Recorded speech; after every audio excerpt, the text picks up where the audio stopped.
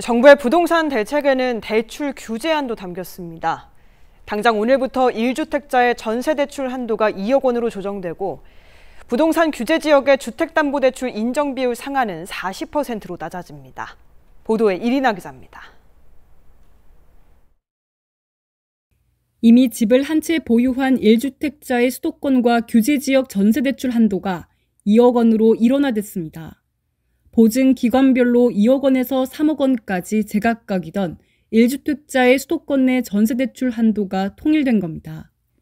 이로써 2억 원 초과 3억 원 이내로 전세대출을 받던 1주택자의 약 30%가 규제 영향권에 들어오게 됐습니다. 이들의 대출 금액은 평균 6,500만 원 정도 줄어들 것으로 보입니다.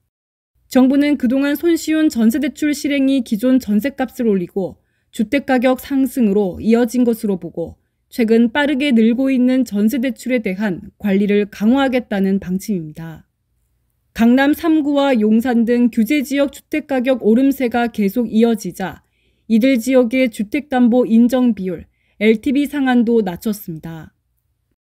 규제지역 LTV를 50%에서 40%로 낮추는 등 대출 규제를 보완하고 가계대출, 부동산 시장 동향을 면밀히 모니터링하면서 필요시 언제든지 추가적인 안정화 대책을 강구하겠습니다.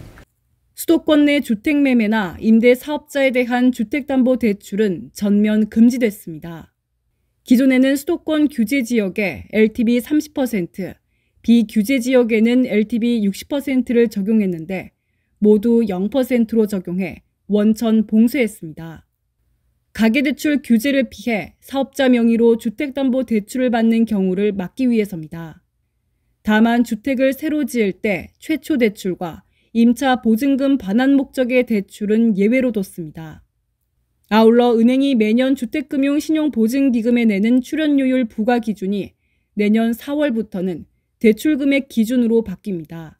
금융회사 평균 대출 금액보다 적으면 덜 내고 많으면 더 내게 돼 고가 주택에 대한 거액 주택담보대출이 줄어드는 효과를 거둘 것으로 보입니다.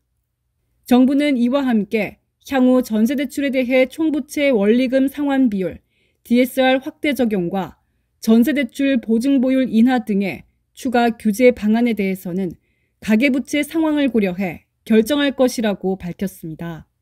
KTV 이리나입니다.